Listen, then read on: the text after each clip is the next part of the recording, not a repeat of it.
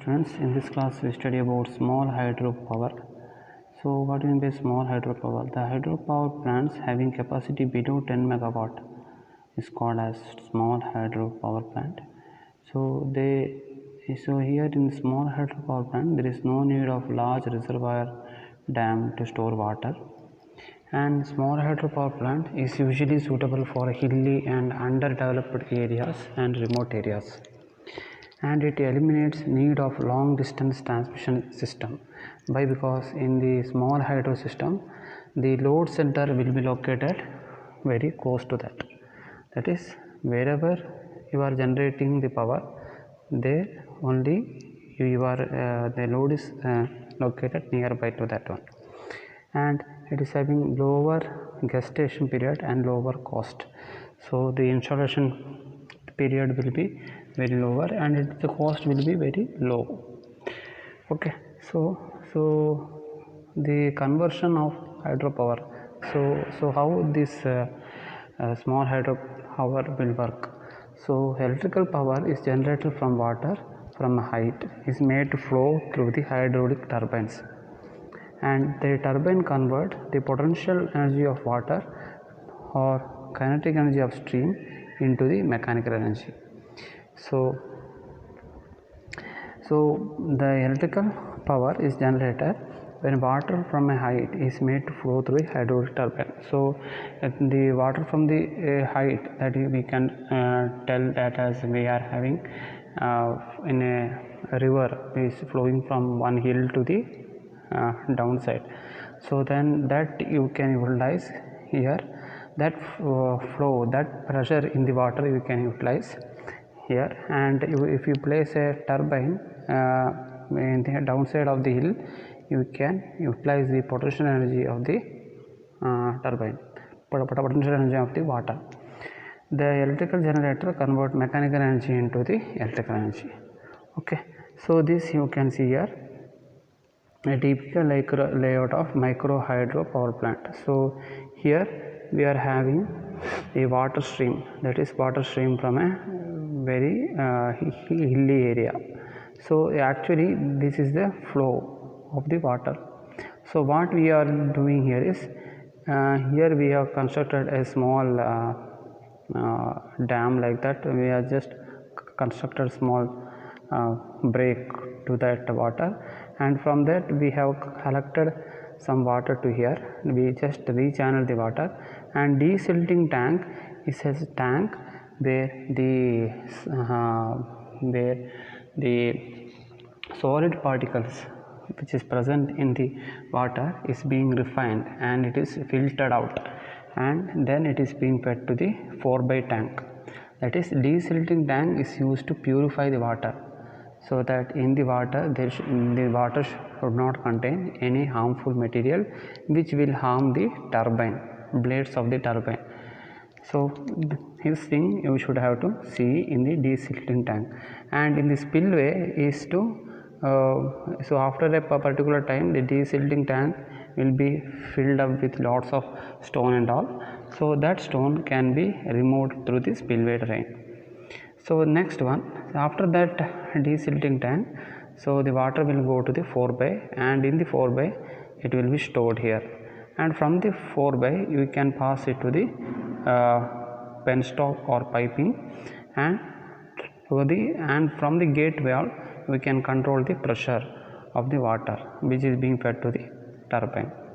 So spillway drain is during the flooding and all, so there is no need to store the water in the 4x, then you can pass it to the spillways.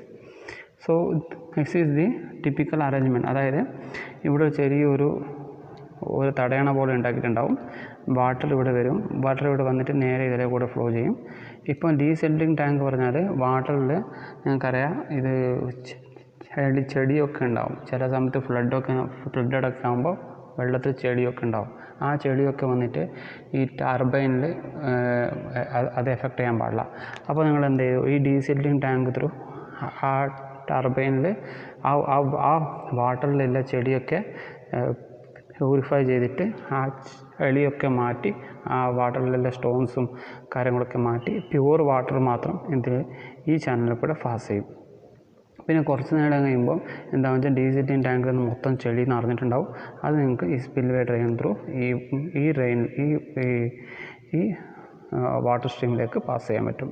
പിന്നെ 4x tank എന്ന് വെച്ചാൽ ഒരു ടാങ്കാണ്, അതിൽ water അതൊരു തൽക്കാലത്തേക്ക് ഒരു reservoir പോലെ act ചെയ്യും. പക്ഷേ ആ 4x ടാങ്കിൽ കൂടെ നിങ്ങൾ വാട്ടർ സ്റ്റോർ ചെയ്ത് വെച്ചിട്ടുണ്ടാവും. പിന്നെ ചിലപ്പോൾ ഈ വെള്ളം കൂടുതൽ സ്റ്റോർ ചെയ്ത് വെച്ചിട്ട് ഈ 4x ടാങ്ക് മെയിൻ്റനൻസ് എന്തെങ്കിലും വേണമെങ്കിൽ ഈ സ്പിൽവേ ഡ്രെയിൻ ത്രൂ സ്പിൽ ചെയ്യാം. അതായത് വെള്ളം ഇതിലെ കൂടെ ഇങ്ങോട്ട് പാസ് ചെയ്യാൻ പറ്റും. സോ പിന്നെ ഇത് 4x ഡ്രെയിനിൽ എപ്പോഴാണ് നമുക്ക് ഈ ജനറേറ്റ് ചെയ്യേണ്ടത്, ആ സമയത്ത് ഈ 4x ഡ്രെയിനിന് നേരെ പെൻസ്റ്റോക്കിലേക്ക് വെള്ളം വിടുക. ഈ ഗേറ്റ് വാൾവ് ത്രൂ കൺട്രോൾ ചെയ്യുന്നതിന് അനുസരിച്ചിട്ട് നിങ്ങൾക്ക് ഇതിൻ്റെ പ്രഷറും കൺട്രോൾ ചെയ്യാൻ പറ്റും. ഹൈ പ്രഷറിൽ വെള്ളം വിട്ട് കഴിഞ്ഞാൽ നിങ്ങൾക്ക് ഈ ടർബൈൻ റൊട്ടേറ്റ് ചെയ്യും. ടർബൈൻ റൊട്ടേറ്റ് ചെയ്ത് കഴിഞ്ഞാൽ ബാക്കിയുള്ള വെള്ളം നിങ്ങൾക്ക് ഡയറക്റ്റായിട്ട് ഈ വാട്ടർ സ്ട്രീമിലേക്ക് പാസ് ചെയ്യാം. സോ ഇങ്ങനെ ഇവിടെ ഒരു ജനറേറ്റർ ഉണ്ടാവും, പിന്നെ ഒരു പവർ ഹൗസ് ഉണ്ടാവും, അത് ത്രൂ അടുത്തുള്ള ലോഡിലൊക്കെ സപ്ലൈ ചെയ്യാൻ പറ്റും. So the components of hydro power plants. So ഏതൊക്കെ കോമ്പണൻസ് ആണ് ഇതിൽ ഡൈവേർഷൻ സ്ട്രക്ചർ ഇതാണ് ഡൈവേർഷൻ സ്ട്രക്ചർ. പിന്നെ desilting tank to remove the suspended matters and silt. Water channel or conductor system ensure water flow with least loss of water, and RCC pipe for steel pipe. So ഇത് RCC പൈപ്പും steel പൈപ്പും ഉണ്ടാകും. പിന്നെ 4x tank provide a reservoir to hold sufficient water and also ensure minimum head. Penstock connect water from 4x to the turbine. Powerhouse house the turbine with coupled generator. Trail raise existing water from turbine.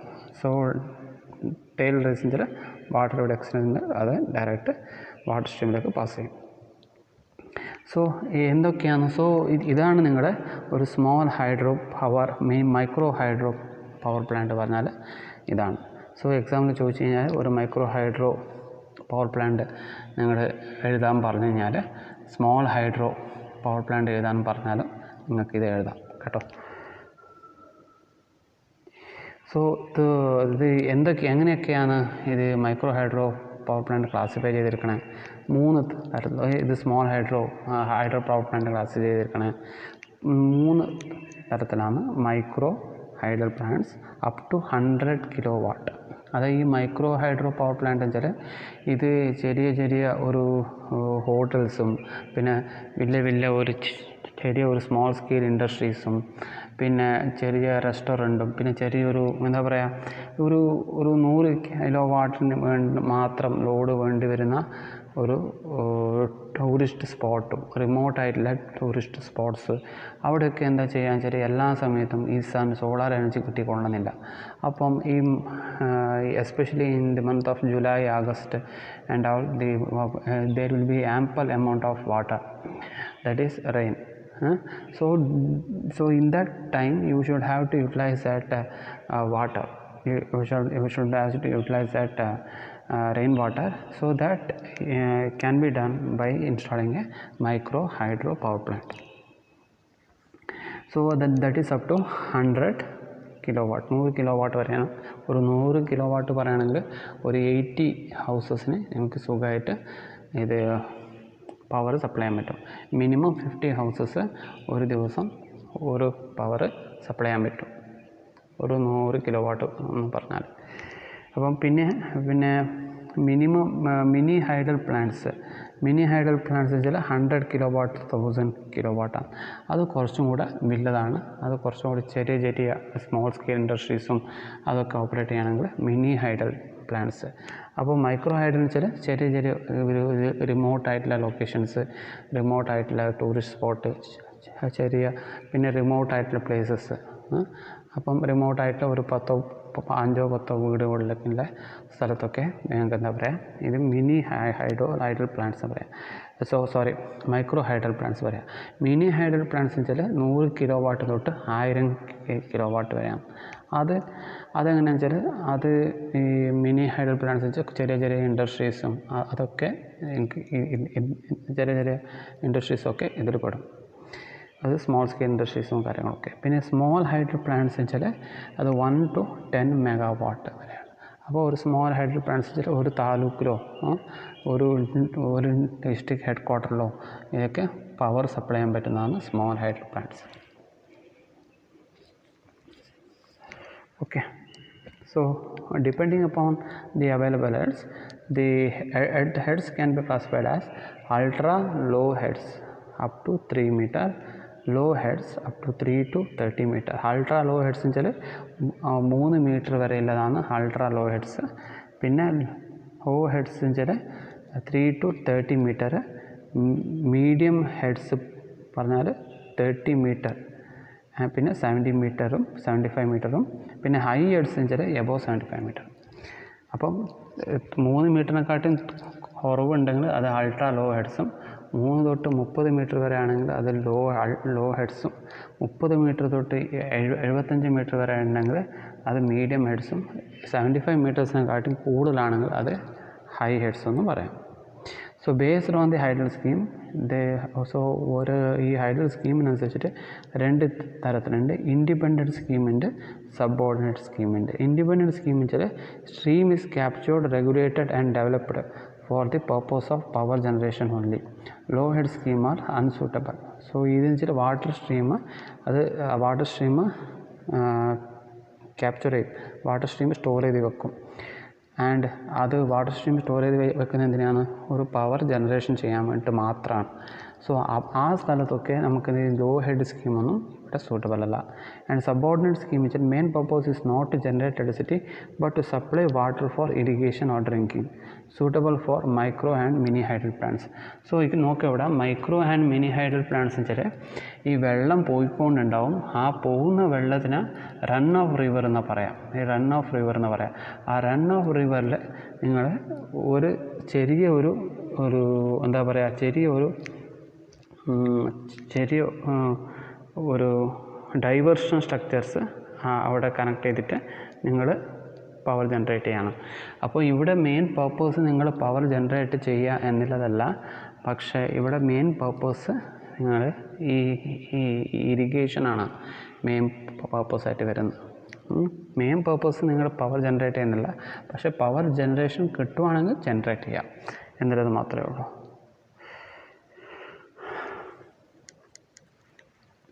So next one is ടർബൈനാണ്.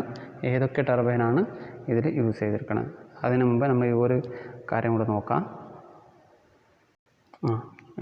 ഇത് നോക്കുക, ഇതിവിടെ നോക്കുക. ഈ ഒരു high സ്ട്രീമിൽ ഇവിടെ നിങ്ങൾ വെള്ളം വന്നുകൊണ്ടിരിക്കുകയാണ്. അത് നോക്കുക, പെൻ സ്റ്റോക്ക് ത്രൂ നമുക്ക് വെള്ളം ഈ ഹിൽസ് ത്രൂ വെള്ളം വന്ന് ഇങ്ങനെ പോകുന്ന വെള്ളമാണ്, എന്താ ഇതിലെ കൂടെ ഈ ഭാഗത്തിൽ കൂടെ വന്നിട്ട് ഇങ്ങനെ പോകുന്ന വെള്ളം. അപ്പോൾ നമ്മൾ എന്താ വെച്ചാൽ ഇവിടെ ഒരു ചെറിയൊരു സ്ട്രക്ചർ കണക്ട് ചെയ്തു. ഇതാണ് നിങ്ങളുടെ ഡൈവേർഷൻ സ്ട്രക്ചർ. ആ ഡൈവേർഷൻ സ്ട്രക്ചർ കണക്ട് ചെയ്തിട്ട് ആ ഒരു പെൻ സ്റ്റോക്ക് ത്രൂ ചെറിയൊരു പവർ ഹൗസിലേക്ക് സപ്ലൈ ചെയ്തു. പിന്നെ പവർ ഹൗസിലേക്ക് നമുക്ക് ബാക്ക് സൈഡിൽ നിന്ന് കാണാൻ പറ്റും വെള്ളം. ഇതാണ് നിങ്ങളുടെ നോർമലി ഒരു മൈക്രോ ഹെഡ് പ്ലാന്റ് എന്ന് പറയുകയാണെങ്കിൽ. Okay, so micro head plant, micro head എന്ന് വെച്ചാൽ up to 100 kilowatt micro head, 100 to 200 kilowatt mini, 200 to 25,000 kilowatt ഇതാണ്. സോ ഇങ്ങനെയാണ്, ഈ രീതിയിലാണ് റേറ്റിംഗ് വരുന്നത്. Micro head power can be one of the most simple and consistent form of renewable energy on your property. If you have water flowing through your property, you might consider building a small hydro power system to generate electricity. Micro hydro power system usually generate up to 100 kilowatts of electricity. Most of the hydro power system used for homeowners, small business owners, including farmers, ranchers, would qualify as micro hydro power system. ഒരു ഫാർമേഴ്സോ റാഞ്ചേഴ്സോ ചെറിയ ഒരു വീട്ടിൽ കുറച്ച് ചെറിയ ആവശ്യത്തിന് വേണ്ടി ഉപയോഗിക്കുന്നതൊക്കെ micro എന്നാണ് ക്ലാസിഫൈ ചെയ്യുക. So micro hydro power system needs a turbine, pump, water wheel to transform electrical energy of flowing water into the rotational energy. ഒരു ഇലക്ട്രിക്കൽ എനർജിനെ റൊട്ടേഷണൽ എനർജി ആയിട്ട് കൺവേർട്ട് ചെയ്യണമെങ്കിൽ അതിനൊരു ടർബൈനും പിന്നെ ജനറേറ്ററും വേണം. സോ അതിന് എന്തൊക്കെയാണ് ഇത് മെയിനായിട്ട് ഇത് ഉപയോഗിക്കുന്നത്? Run of river micro hydro power system consist of these basic components, അതായത് water conveyance, turbine, pump, alternator, generator or regulator and wiring. So ഇതിലിവിടെ നോക്കാം, ഇതിവിടെ ഇതെന്ന് വെച്ചാൽ സ്ലൈഡ് ഗിയേഴ്സ് ആണ്, ഇത് പെൻ സ്റ്റോക്സ്. സോ പെൻ സ്റ്റോക്കിൽ നിന്ന് ഡയറക്റ്റ് ഇതൊരു കൺട്രോൾ വാൾവ് കൺട്രോൾ പാനലിലേക്ക് വന്നു, പിന്നെ ആണ് നിങ്ങളുടെ ഈ ഒരു ഡൈവേർഷൻ ഉണ്ടാകുന്നത്. സോ ഈ രീതിയിലും നിങ്ങൾക്ക് ചെയ്യാൻ പറ്റും. സോ എന്താണ് ഈ ടർബൈൻ? അപ്പോൾ ഞാൻ ഇത് നിങ്ങൾ എക്സാം എഴുതണ്ട, ഞാൻ നേരത്തെ കാണിച്ചത് മാത്രം എക്സാം എഴുതിയാൽ മതി. So turbine converts the flow and pressure energy into mechanical energy.